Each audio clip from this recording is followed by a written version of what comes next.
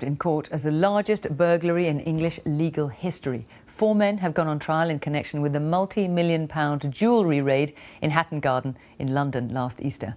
Valuables and gems worth an estimated £14 million were stolen. Our Home Affairs correspondent Daniel Sanford is at Woolwich Crown Court. And Daniel, the prosecution is alleging that this has been several years in the planning.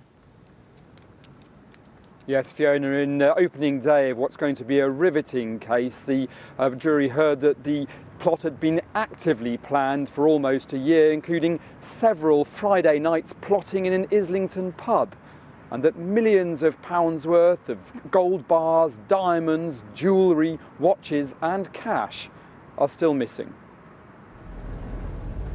It was the Thursday night before the Easter bank holiday weekend, the start of what was to be the biggest burglary in English legal history. 4 men unloading a transit van and, according to the prosecution, caught on CCTV entering the building through the rear fire exit. Once in the building, the prosecution say, they disabled the lift on the 2nd floor and dropped down from the ground floor to the basement where the safe deposit vault is. There they drilled 3 holes in a massive concrete wall, but then hit the back of the metal safe deposit cabinets.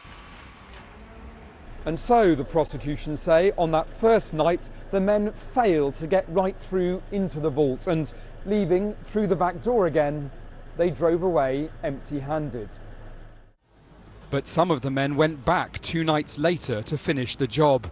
The prosecution say they took an estimated £14 million of diamonds, gold bars, ingots, jewellery, watches and cash. Only a third of it has been recovered. 4 men have pleaded guilty to the record-breaking burglary. The ringleaders, the prosecution called them, men who brought a great deal of experience in serious acquisitive crime, including 76-year-old Brian Reeder, who was called the Master by the other men and went to the burglary by bus.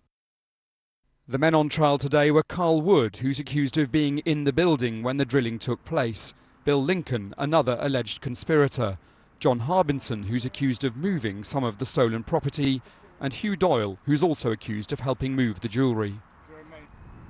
But Hugh Doyle, on the right, and the other 3 in this trial deny all the charges against them.